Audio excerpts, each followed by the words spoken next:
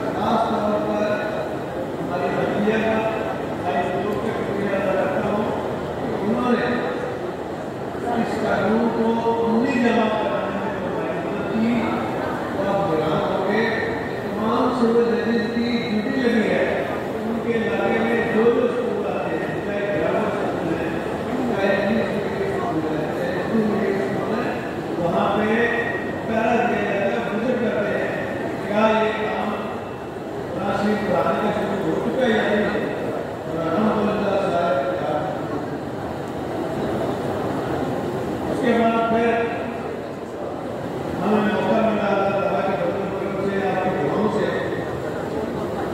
ये जो सूद की लानत है, सूद का जो काम किया जाता है, इसके बारे में कोई कानून साजी नहीं है। अल्लाह ताला ने हमें मौका दिया और कानून साजी करके हमने 5 साल की सजा रखी है। जो ये काम करेगा सूद का, या 5 साल सजा होगी, इसलिए किया है कि आप 5 साल पूरा होगा। अल्लाह ताला ने कहा है कि जब से उठाए जाएंगे क़यामत के रोज़, तो सूद का काम करें तो उनके मुंह काले हो गए। उसके अमली तौर पे ये सूद का हमारे लिए एक कानूनी शक्ल दी है और फिर कानून लागू हो ताकि हाथों में लेके जाने के काम करके